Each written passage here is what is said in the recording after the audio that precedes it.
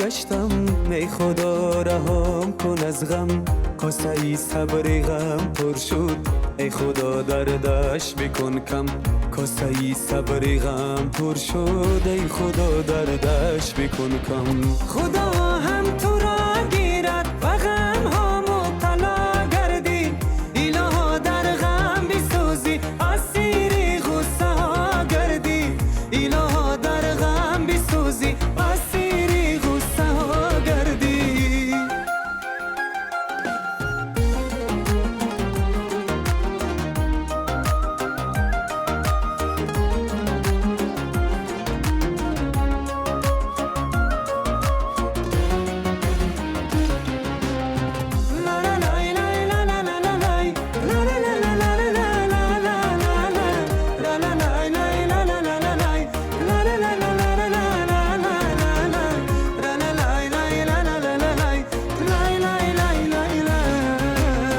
دیگر از زندگی سیرم این دل پر از غصه و غم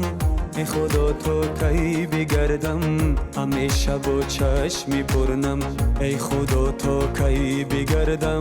همیشه با چشمی پرنم یاری دیگر گرفتی تو عزیزی من حلالت باد رفتی از من دل بریدی بهاری نب خزانت باد رفتی از من دل بریدی بهاری نب خزانت باد اسیر عشق یار گشتم ای خدا رهام کن از غم کاسه ای صبر غم پر شد ای خدا دردش بکن کم کاسه ای صبر غم پر شد ای خدا دردش بکن کم خدا هم تو را گیرد و غم ها مبتلا گردی الها در غم بسوزی اسیر غصه ها گردی الها در غم بسوزی اسیر غصه ها گردی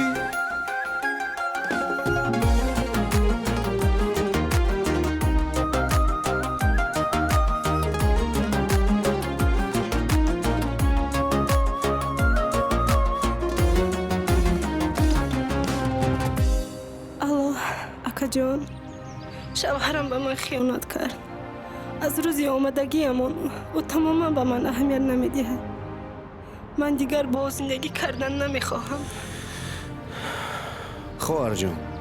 تو زیغ نشو تا وقتی فرزندای پدر و مادر تو زنده است تو خور نمیشوی خیلی بیا خدا خواهد تا بگاه چیپته تو تیار میشه خب اکا جان خیلی به خانه بیا